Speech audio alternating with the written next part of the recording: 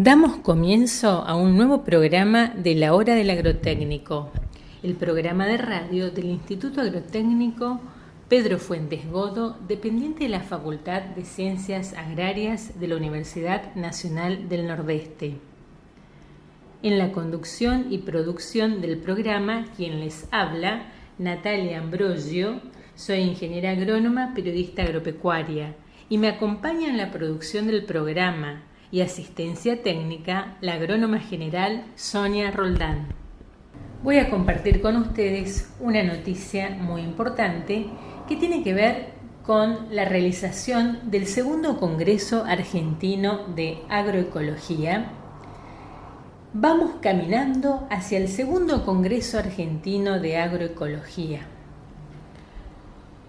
La Sociedad Argentina de Agroecología, SAAE, anuncia la realización del segundo Congreso Argentino de Agroecología. Se llevará a cabo en forma online los días 13, 14 y 15 de octubre de 2021, bajo la coordinación de la Comisión Organizadora de la Región NEA. El Congreso se desarrollará mediante conferencias, mesas temáticas, talleres, trabajos científicos y relatos de experiencias, así como actividades de vínculo con el territorio. Se recibirán trabajos científicos y relatos de experiencias. En posteriores comunicaciones iremos informando sobre costos de inscripción, requisitos para la presentación de trabajos y otras novedades que vayan surgiendo. El Congreso va a tener un curso precongreso que serán los días 11 y 12 de octubre del 2021 y luego se realizará el Congreso los días 13, 14 y 15 de octubre del corriente año. Si vamos a la parte histórica, les cuento que el primer Congreso Argentino de Agroecología se realizó en Mendoza en septiembre del 2019. Allí se definió que la sede del segundo Congreso sería Resistencia. Esta decisión se afirmó en los múltiples apoyos recibidos para esta nominación, sumado a que el Chaco y la región del nordeste argentino en general es una zona donde desde hace muchísimos años se vienen realizando prácticas agroecológicas, en disputa frente a otros modelos que pretenden imponerse, a otros modelos productivos. Desde la comisión organizadora afirmaron lo siguiente: en un contexto mundial atravesado por la pandemia del COVID-19, nos vemos obligados a renunciar al sueño de hacer un congreso presencial, donde pudiéramos mostrar la riqueza académica que esta disciplina aporta al conocimiento, sino también la riqueza que hay en los distintos territorios y que tienen que ver con lo productivo, lo artístico, lo cultural. Haremos lo posible para mostrarlo a través de la virtualidad. Por lo pronto, les pedimos a los interesados que agenden la fecha para que la virtualidad no esté exenta del calor que significa el reencuentro. Estas fueron las palabras de la comisión organizadora del segundo Congreso Argentino de Agroecología que se va a desarrollar del 13 al 15 de octubre de 2021. En próximos programas ampliaremos esta información.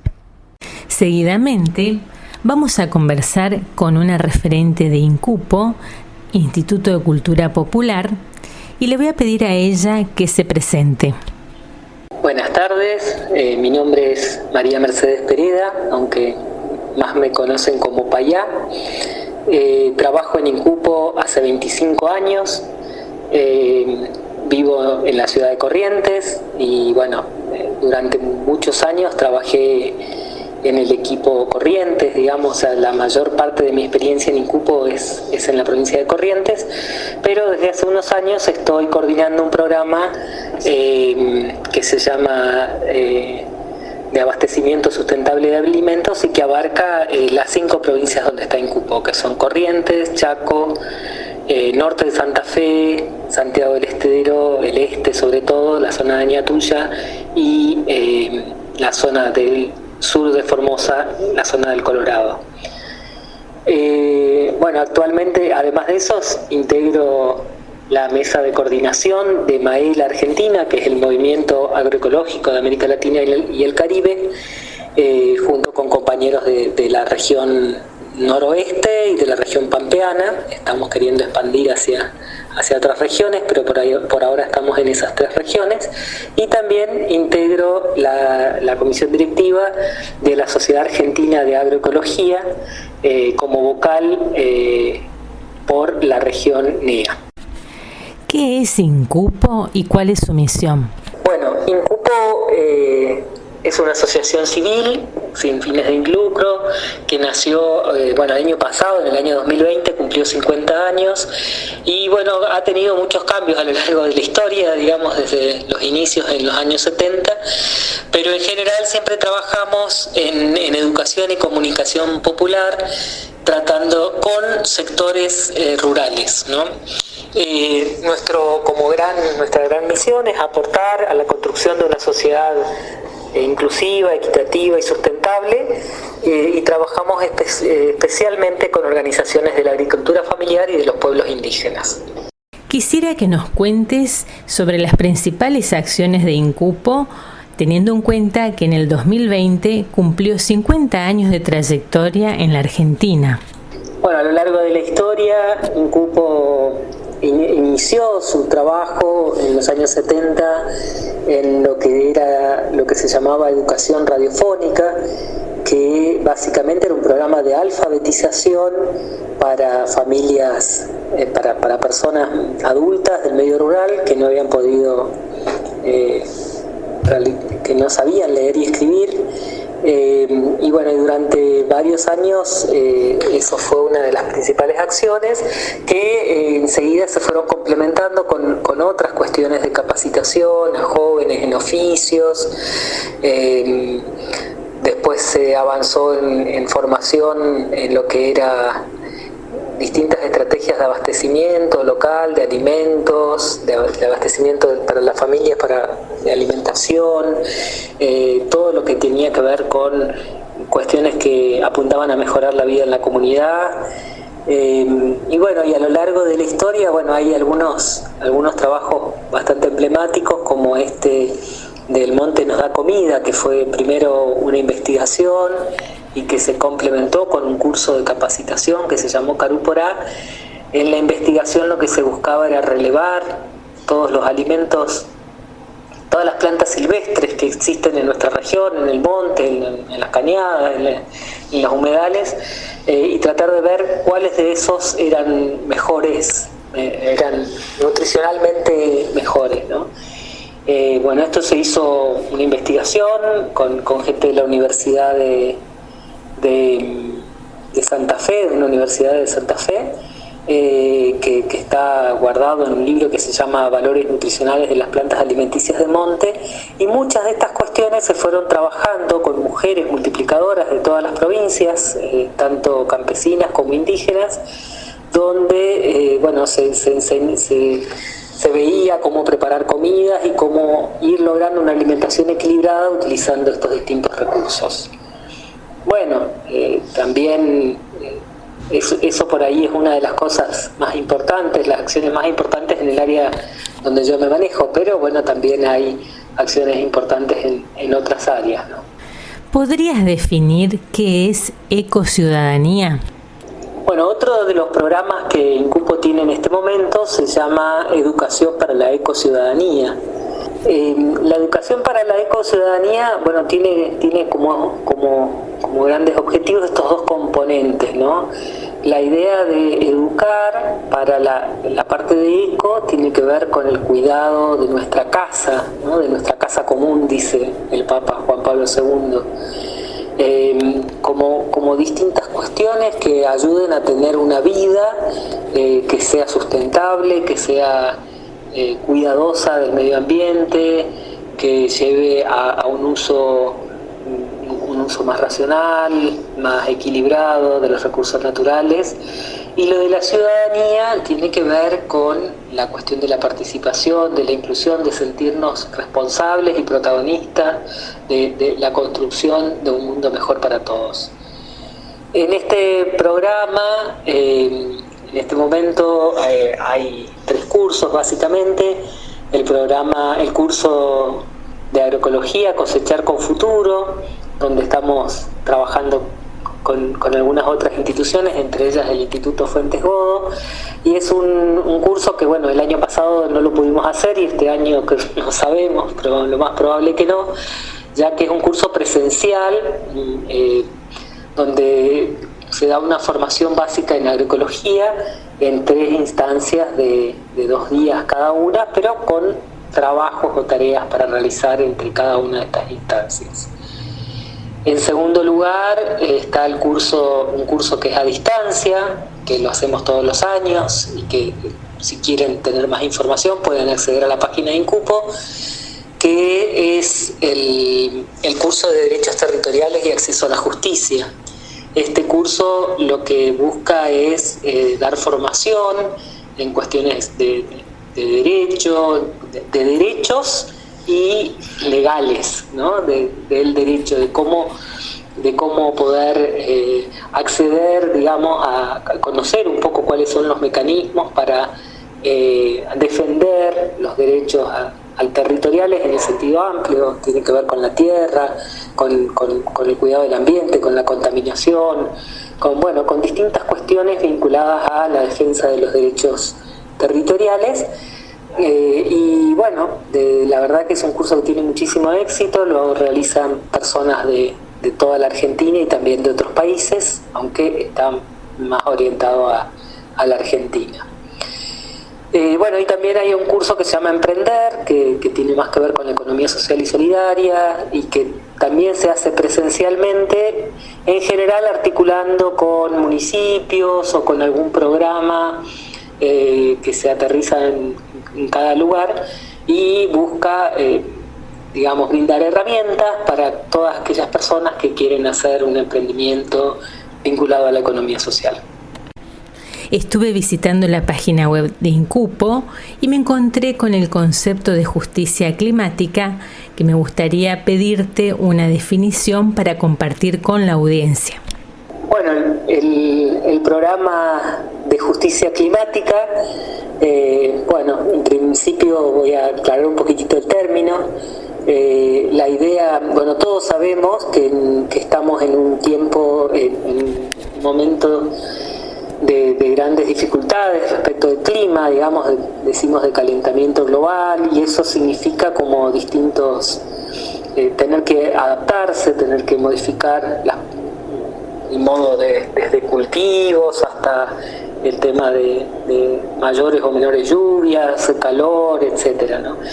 La idea de justicia climática tiene que ver con que la gente, con que consideramos, nosotros este término lo tomamos de organizaciones internacionales que trabajan en este tema, se considera que las personas que menos aportan para provocar el calentamiento global son las que más sufren las consecuencias. O sea, son los sectores que tienen un consumo más exagerado, más irracional de la energía, del combustible, del consumo cotidiano, digamos, que muchas veces genera basura o genera, bueno, uso de energía, de distintos tipos de energía.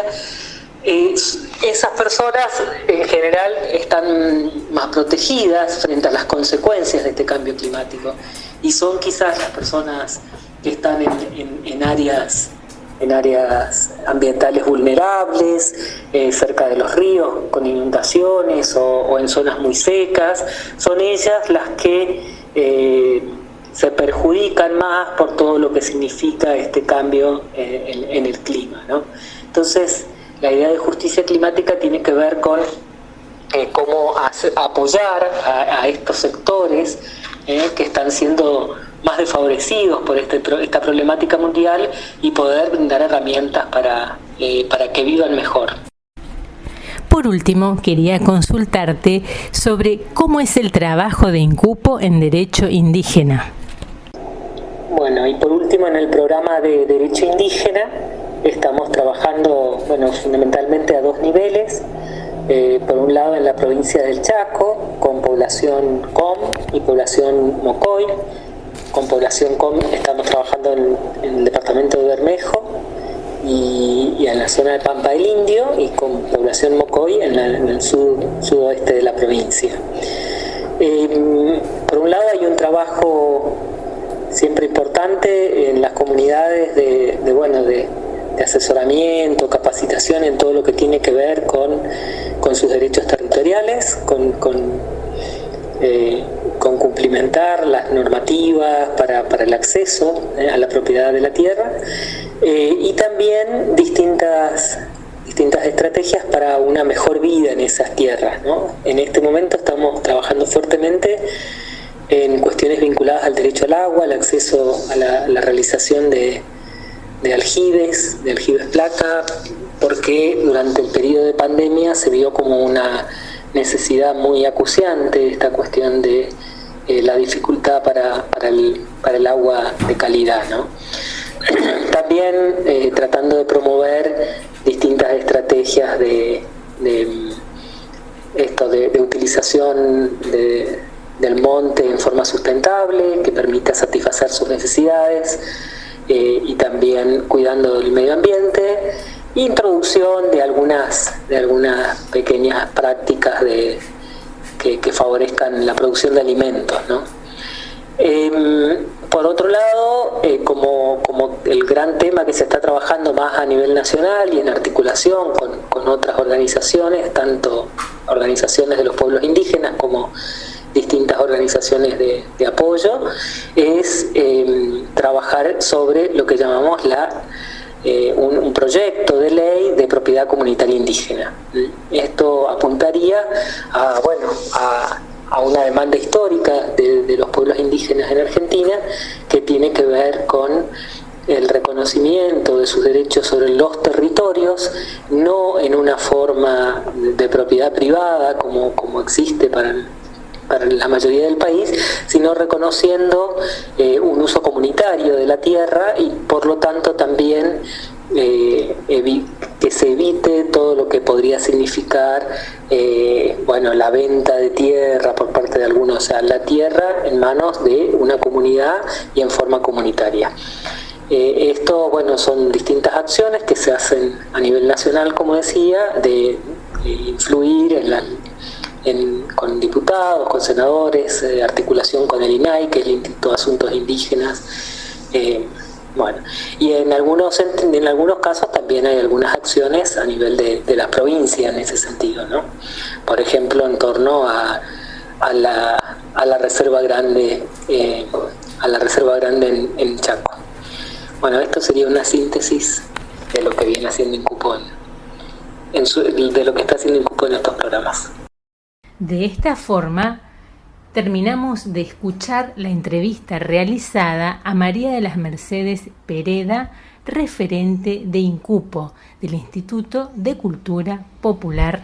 Seguimos en La Hora del Agrotécnico. Escucharemos a continuación al ingeniero agrónomo Sebastián Carnicer del Instituto Agrotécnico, quien va a compartir con nosotros qué tipos de análisis se realizan en dicha institución. Buenas tardes, ingeniero Carnicer. ¿Cuál es su ocupación en el Instituto Agrotécnico? Bueno, buenas tardes, Natalia.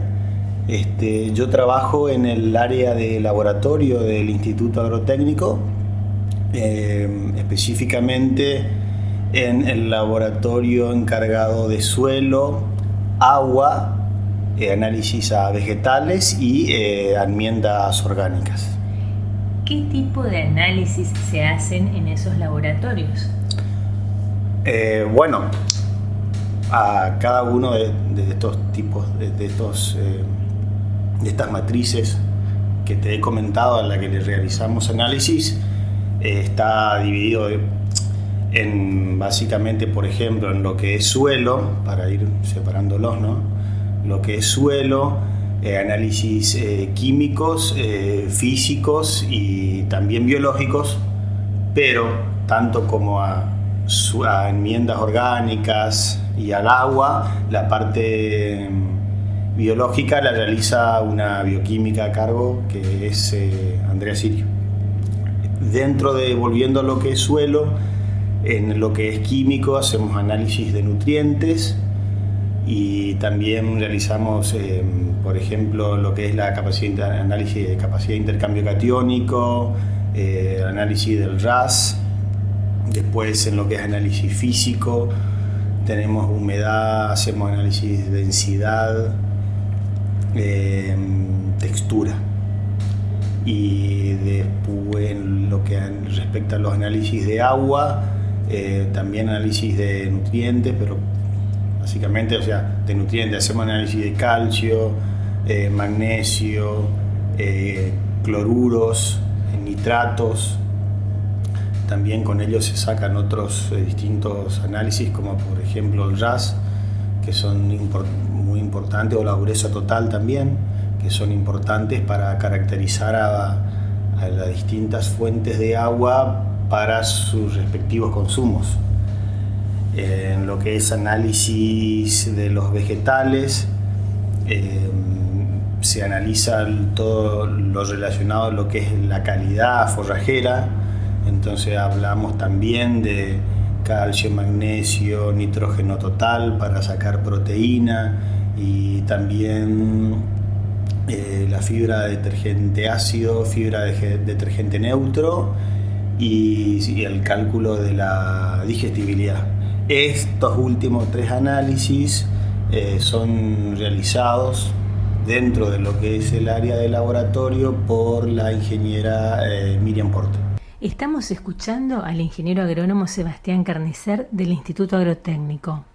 Vamos a la pausa y ya volvemos. Si usted recién nos sintoniza, les cuento que estamos en la Hora del Agrotécnico, el programa de radio del Instituto Agrotécnico Pedro Fuentes Godo, dependiente de la Facultad de Ciencias Agrarias de la Universidad Nacional del Nordeste.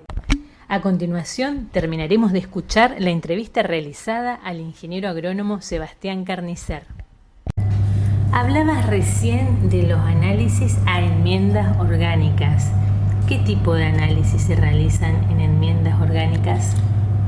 Bueno, de las enmiendas orgánicas se realizan 3 tipos de distintos análisis, digamos, también los físicos, químicos y biológicos. La parte biológica, como te comentaba hace un ratito, lo realiza una bioquímica. La parte física y química la realizamos nosotros en los laboratorios de suelo y enmienda, o sea, porque en los laboratorios está dividido en la parte química, física y la biológica. Y de lo que nos corresponde a la parte física y química se realizan análisis de nutrientes, cantidades totales y disponibles, digamos, o sea, por ejemplo, para darte calcio, magnesio, sodio y potasio, se realiza el contenido total de esos nutrientes y las cantidades disponibles o extractables. Después se realiza análisis de pH, conductividad eléctrica, nitrato, humedad, capacidad máxima de retención, básicamente lo que puede retener de agua un compost, densidad, no sé si te nombré ya, y en lo que es biológico, lo que por ahí solemos hacer nosotros, el tipo de análisis de respiración, como medida. Con todo eso lo que buscamos, también test de germinación, lo que buscamos es caracterizar agronómicamente a estas enmiendas. ¿Y el análisis del compost, por qué hacerlo? Y no, mucha gente nos empezó a pedir este tipo de análisis, que ya lo veníamos realizando. Básicamente lo comencé a hacer cuando comencé mi maestría, que necesitaba un tipo de caracterizar un compost, pero las empresas y productores lo han pedido porque cada vez más este tema está volviendo, digamos, a las primeras planas por el hecho de que la población va creciendo y los residuos van creciendo con la población. Entonces ya es, y cada vez más esto está siendo un problema para la sociedad, qué hacer con los residuos, y uno de esas posibilidades de transformar a ese residuo en materia prima es a través del compostaje. Y en nuestro caso, para el uso agrícola, básicamente trabajamos con pequeños productores. Entonces, viene un poco por ahí la mano. ¿Y estos análisis tienen un costo? Sí, o sea, nosotros, el Instituto Agrotécnico, aparte de ser creado y en sus orígenes dedicarse a lo que es la transferencia de tecnología y un poco a lo que es la investigación aplicada, también realizamos servicios a terceros. Entonces, cualquier ciudadano que tenga la necesidad de realizar análisis, tanto, vuelvo a repetir, a lo que es agua, suelo, análisis a vegetales y a enmiendas orgánicas, puede acercarse al Instituto Agrotécnico acá en el campus de Resistencia y acercarnos sus muestras, o acercarse y preguntarnos los tipos de análisis que por ahí él necesite, y nosotros por ahí asesorarlo más que nada en lo que es la toma de la muestra, porque esto siempre nos parece interesante aclararlo, porque ya que una muestra es una pequeña parte representativa de un todo, si esta muestra fue mal tomada, no va a tener posiblemente la representatividad de ese todo, lo cual ya el análisis se ve sesgado por ese error. Bien, y como para hacer un cierre a todo lo que venís contando, ¿cuál es la importancia de realizar análisis para los productores? Y yo creo que al productor, su objetivo, al ser un empresario del sector agrícola, creo que una de las cosas que más le importa, aparte de la salud, es la parte económica. Entonces, creo que si uno sabe manejar y sabe el porqué de la necesidad de realizar un análisis desde el punto de vista económico, se van a dar cuenta que, digamos, vamos a un ejemplo concreto. Uno, a través de un análisis, puede saber cuánto debe fertilizar y si debe fertilizar primero que nada. Entonces eso, a través de un análisis de suelo, nos puede decir, digamos, si tenemos que invertir o no, o cuánto tenemos que invertir en fertilizantes. A su vez, el suelo, recordemos que es un recurso no renovable. Entonces es un recurso que se deteriora si no recibe un buen manejo. Entonces, a través de distintos análisis, como ser el de materia orgánica, yo puedo ir, y otros análisis, simplemente te nombré uno, puedo saber si estoy o no deteriorando mi recurso, si lo estoy o no desgastando, para ponerle un nombre. Una última pregunta.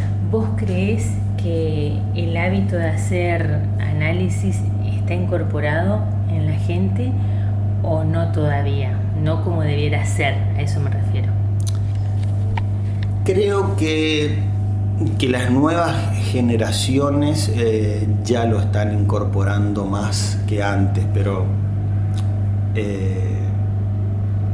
es un estudio más complejo, digamos, ¿no?, de hacer, pero es por ahí la sensación que me da a mí según lo que me ha tocado a mí vivir, de escuchar por ahí a los productores decir, no, yo le he hecho así nomás, y agregan urea y piensan que inclusive agregar urea y pensar que están agregando otros nutrientes aparte del nitrógeno, o sea, y hay otros productores que manejan términos mucho más agronómicos, donde uno se da cuenta que son más capacitados.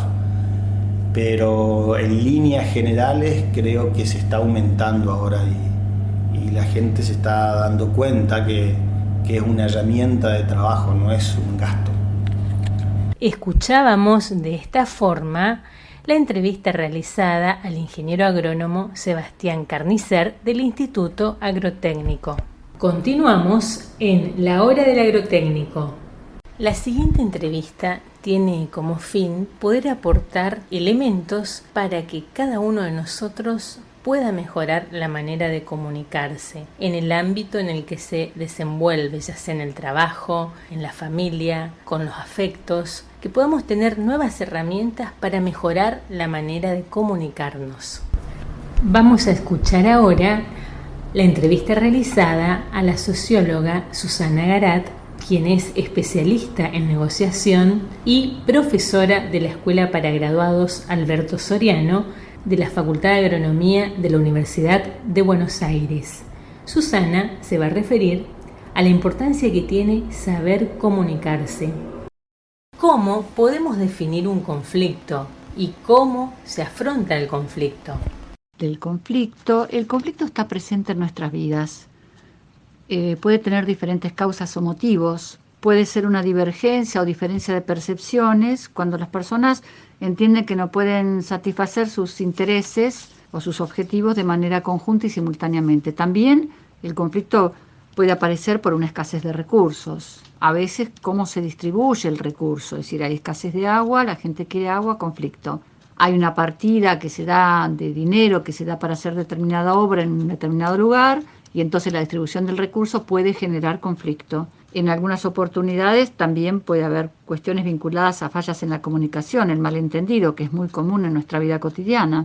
También motivos de conflicto pueden ser cuestiones interculturales, ¿verdad? Estos mundos digamos, del relativismo cultural, es decir, mi cultura es más valiosa que la otra y entonces a partir de ahí pueden aparecer divergencias y diferencias, o bien no entiendo tus modos culturales y eso genera un grado de conflictividad. También puede haber cuestiones vinculadas a diferencias de creencias, a valores disímiles. A veces los intereses de las personas son incompatibles y en algunos momentos las diferencias en cuanto a comportamientos o conductas. Todo eso puede ser causa, puede ser motivo de generación de conflicto.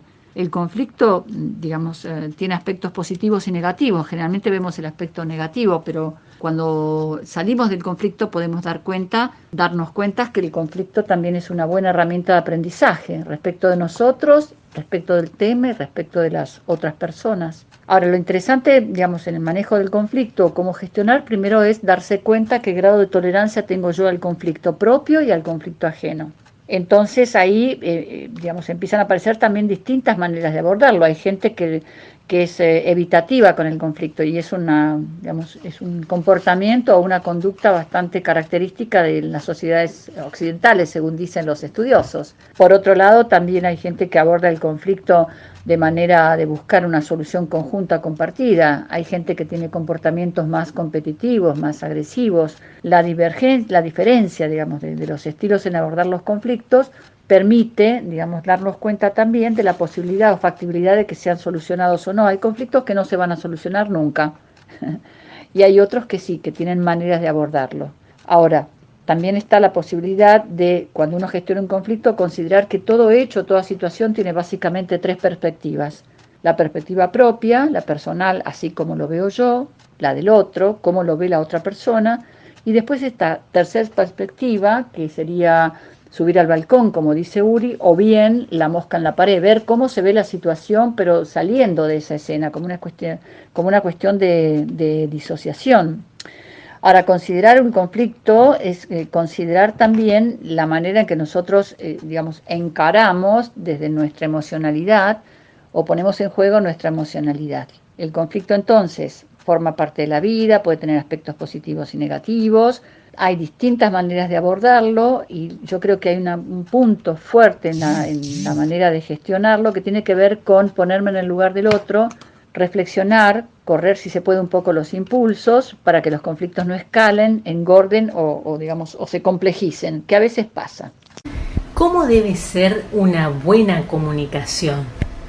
La comunicación es un proceso dinámico que incluye receptores, emisores, contexto, toda una dinámica conjunta donde mensajes van y vienen todo el tiempo, aparece el feedback, que es lo que me devuelve el otro, los otros que están escuchando, están viendo, están recibiendo mis mensajes.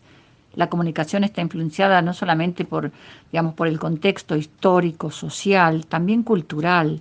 Hay contextos de tensión donde la comunicación está perturbada, cambiada. Y también ahí te encontramos estilos comunicacionales, ¿verdad? Hay gente que tiene maneras de comunicarse un poco más efectivas que otros y en realidad uno se comunica en principio como aprendió en su casa. Ahora, básicamente, si a mí me dicen una comunicación buena o una comunicación efectiva, primero el eje está en el escuchar, sobre todo vinculado a la negociación, en general en la vida, pero vinculado a la negociación, el eje está en el escuchar.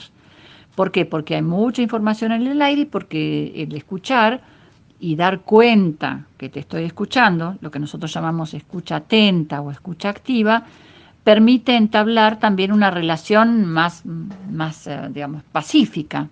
Entonces, escuchar, básico, dar cuenta que te estoy escuchando, fundamental, parafrasear lo escuchado, hacer preguntas, porque el hacer preguntas, que es visto como un arte, también da cuenta de indagar los intereses del otro, da cuenta que a veces nosotros preguntamos para abrir conversaciones. Preguntas, puede haber preguntas abiertas, cerradas, preguntas estratégicas, reflexivas. Si la comunicación es a la relación como la respiración es a la vida, dijo Virginia Satir. Somos seres en la comunicación. En nuestra comunicación interviene, por supuesto, el cuerpo, interviene el lenguaje y también interviene la emoción. Por eso, básicamente en una comunicación, además de escuchar, capacidad de expresar, capacidad de recibir feedback, capacidad de preguntar, también básicamente está la capacidad empática, de entablar con el otro una dinámica que permita que nuestra comunicación avance, sea clara, sea bien entendida, porque no siempre lo que yo digo es entendido de la misma manera por el otro que me escucha. Entonces, básicamente, buena comunicación implica un marco empático, respetuoso del otro, una escucha muy atenta, una capacidad de pregunta siempre abierta y, por supuesto, una disponibilidad corporal que permita que yo alinee lo que digo, cómo lo digo y qué hago con el cuerpo. ¿Por qué debe haber comunicación en una negociación? William Ury dice, sin comunicación no hay negociación. Precisamente porque la negociación es un proceso comunicacional. Es decir, las personas que están en la mesa, por decir como una metáfora de la negociación, la mesa, las personas que están en la mesa en la negociación, ¿cómo empiezan a tramitar y a gestionar esta acción? A través de conversaciones, es decir, a través de la comunicación. Entonces ahí la clave es ser un comunicador impecable, que para mí significa, reitero, una escucha, piedra angular de la negociación, pregunta, o sea, cuanto más escucho y pregunto, menos afirmo, y entonces menos riesgo corro de leer la mente del otro, anticiparme a lo que el otro va a decir y manejarme, con cuestiones de mi mundo de obviedad que yo supongo que todos conocen, y como para mí es obvio, me parece que no habría problemas o interferencias en la comunicación. Entonces, la comunicación implica también ser receptivo en cuestiones donde aparecen respuestas inesperadas, objeciones, aparece el no, que es una puerta fantástica, porque el no lo que implica es más bien el inicio de otra parte de la negociación, no significa que se cerró. Muchas veces el no inicia la negociación porque el no, al igual que la objeción, ¿qué es lo que hacen? Me brindan una información que tal vez hasta el momento no tenía. Entonces, necesitamos clarificar la comunicación y necesitamos impulsar la comunicación a través de preguntas para poder avanzar en nuestra negociación y así lograr lo que fuimos a buscar. ¿Cómo influyen las emociones en la comunicación? ¿Existe relación entre la emoción y la comunicación? Humanos somos en la comunicación. ¿Esto qué quiere decir? Que la comunicación es como una gran sombrilla que abarca e influye todo lo que acontece entre dos personas. Una vez que el individuo llega al mundo de la comunicación, será el factor más importante que determina el tipo de relación interpersonal que va a tener con los demás. Esto lo tomo de Virginia Satir. Nos comunicamos todo el tiempo, no hace falta hablar.